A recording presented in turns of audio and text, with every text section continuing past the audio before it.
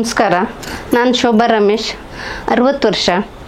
ಈಗ 2 ವರ್ಷದ ಹಿಂದೆ ಒಂದು ದಿವಸ ಬಸ್ಸಿಂದ ಇಳಿಯುವಾಗ ಸಡನ್ನಾಗಿ ನನ್ನ ಕಾಲು ಮೊಣಕಾಲಿ ಗಂಟು ನೋವು ಸ್ಟಾರ್ಟ್ ಆಯಿತು.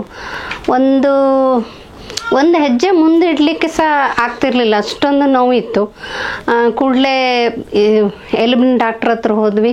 ಅಲ್ಲಿ ಎಕ್ಸ್ರೇ ಮಾಡಿ ಲಿಗಮೆಂಟ್ ಇಂಜುರಿ ಆಗಿದೆ ಮತ್ತು ಎಲುಬಿನ ಸವಕಳಿ ಅಂತ ಹೇಳಿ ಇಂಜೆಕ್ಷನ್ ಮಾತ್ರೆ ಎಲ್ಲ ಕೊಟ್ಟರು. ಮತ್ತು ನೀವು ಫಿಸಿಯೋಥೆರಪಿ ಮಾಡಿ ಅಂತ ನಮ್ಮ ಚೈತ್ರಾ ಮೇಡಮ್ ಅವರಿಗೆ ರೆಫರ್ ಮಾಡಿದರು. ಚೈತ್ರಾ ಮೇಡಮ್ ಹತ್ರ ಫಿಸಿಯೋಥೆರಪಿ ಮಾಡುವ ದಿವಸನೇ ಅವರ ಆತ್ಮೀಯತೆ ಮತ್ತು ಅವರ ಧೈರ್ಯವಾದ ನುಡಿಗಳಿಂದನೇ ನನಗೆ ಅರ್ಧ ಇಂಪ್ರೆಸ್ ಆಗಿ ನನಗೆ ವಿಶ್ವಾಸ ಬಂದಿತ್ತು ಇದರಲ್ಲಿ ಕಡಿಮೆ ಆಗ್ತದೆ ಅಂತ. ಅದೇ ಪ್ರಕಾರ 10 ಸಲ ಫಿಸಿಯೋಥೆರಪಿ ಮಾಡಿಸ್ಕೊಂಡೆ.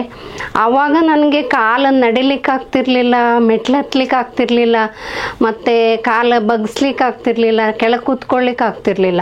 ಆದರೆ ನಮ್ಮ ಮೇಡಮ್ ಹೇಳಿದ ಪ್ರಕಾರ ಎಲ್ಲದೂ ಸರಿಯಾಗಿ ಅವ್ರ ಮಾರ್ಗದರ್ಶನದಂತೆ ಎಕ್ಸಸೈಜ್ ಮತ್ತೆಲ್ಲ ಮಾಡಿದ ನಂತರ ನನಗೆ ಈಗ ಸರಿಯಾಗಿ ಎಲ್ಲ ನಾನು ಮೊದಲಂಗೆ ಆಗಿದ್ದೇನೆ. ಕೆಳಗೆ ಕೂತ್ಕೊಳ್ಳಿಕ್ಕೆ ಆಗ್ತದೆ, ಮತ್ತು ನಡೆದ್ರೂ ಏನು ತೊಂದರೆ ಆಗೋದಿಲ್ಲ, ಕಾಲು ಬಗ್ಸ್ಲಿಕ್ಕೆ ಆಗ್ತದೆ, ಎಲ್ಲ ಸರಿಯಾಗಿ ಆಗಿದೆ. ನಾನೀಗ ತುಂಬ ಆರೋಗ್ಯವಾಗಿದ್ದೇನೆ.